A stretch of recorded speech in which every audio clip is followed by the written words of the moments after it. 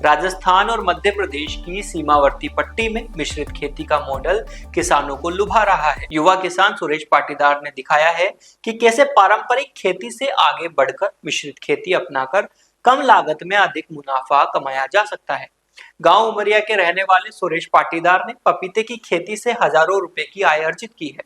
उनका कहना है कि बाजार में पपीते की निरंतर मांग रहती है और उचित देखभाल के साथ यह फसल कम समय में अच्छा रिटर्न देती है। सुरेश ने संतरों के बगीचों के बीच खाली पड़ी जमीन का उपयोग करते हुए चना और अन्य फसलें उगाई। इससे उन्हें दोहरा लाभ मिला, अतिरिक्त आय का स्रोत तैयार हुआ और मिट्टी की उर्वरता में सुधार हुआ। एक फसल पर निर्भरता कम हुई और उत्पादन बढ़ा।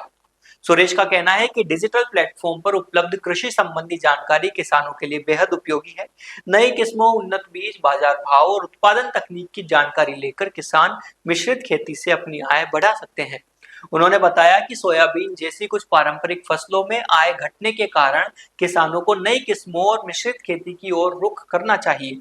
सुरेश पाटीदार ने बताया कि वे अन्य किसानों को प्रशिक्षण देने के लिए तैयार हैं और अपने क्षेत्र में कई किसानों को प्रेरित कर चुके हैं। वे लगातार नवाचार की दिशा में कार्य कर रहे हैं और ग्रामीण अर्थव्यवस्था को नई दिशा में देने के लिए योगदान भी दे रहे हैं। नमस्कार दोस्तों, आज हम आपको फिर लेके आए हैं मिश्रित खेती के बारे में जानकारी के लिए। हम कुछ गाँव में सर्वे करते हैं और फसलों की गुणवत्ता, क्वालिटी के बारे में जानते हैं कि मिश्रित खेती जो की जाती है उस मिश्रित खेती से आम जन को क्या क्या बेनिफिट होता है। तो आज हम मध्य प्रदेश के निकटवर्ती गांव उमरिया में पहुंचे हैं और वहां पर हम एक किसान से बात करेंगे कि उन्होंने अभी जो एक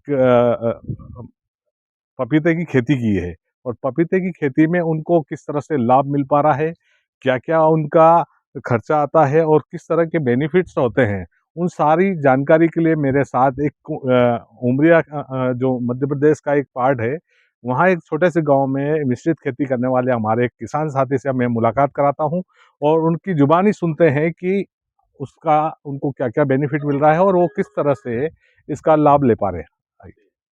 मेरा नाम है सुरेश पाटीदार जी, गांव उमरिया, तहसील मल्लागढ़, जिला मंदसौर। तो भैया ये जो आपने अभी पपीते की खेती लगा रखी है जी, ये खेती आपने पहली बार की थी या कई वर्षों से करते आ रहे हो? पहली बार की हमने तो पहली बार की। पहली बार की हमने। तो आपने इस खेत के अंदर कौन कौन सी वैरायटी के पपीते लगाए? हमने इसमें ताइवान 786 लगाई है और 15 नंबर लगाई हमने। अच्छा, तो ये कितने दिन के पेड़ हो चुके हैं भैया? ये लगभग हमने 1 अप्रैल को लगाया था, तो लगभग ये हो गया है 10 महीने के आसपास। 10 महीने के आसपास। तो जिस प्रकार हम ये देख रहे हैं पेड़ पूरे फलों से लदे हुए हैं, तो क्या उत्पादन अभी शुरू ही हुआ है या फिर आपने उत्पादन इसमें से ले लिया है? हमने इसमें से ले लिया है। ले लिया है जी। तो करीब कितने का उत्पादन ले लिया है? हमने इसमें से ले लिया है लगभग मान के चलो आपके 17,000 का लिया है अभी तक। 17,000 का ले चुके हैं ना जी, भैया?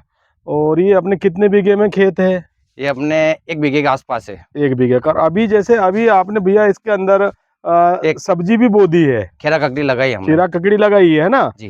तो ये दोनों खेती एक साथ में हो जाएंगी? देख रहे हैं, कभी सक्सेस हो सकता है इन्हें, वो तो बात की बात है, पर मेहनत तो करेंगे।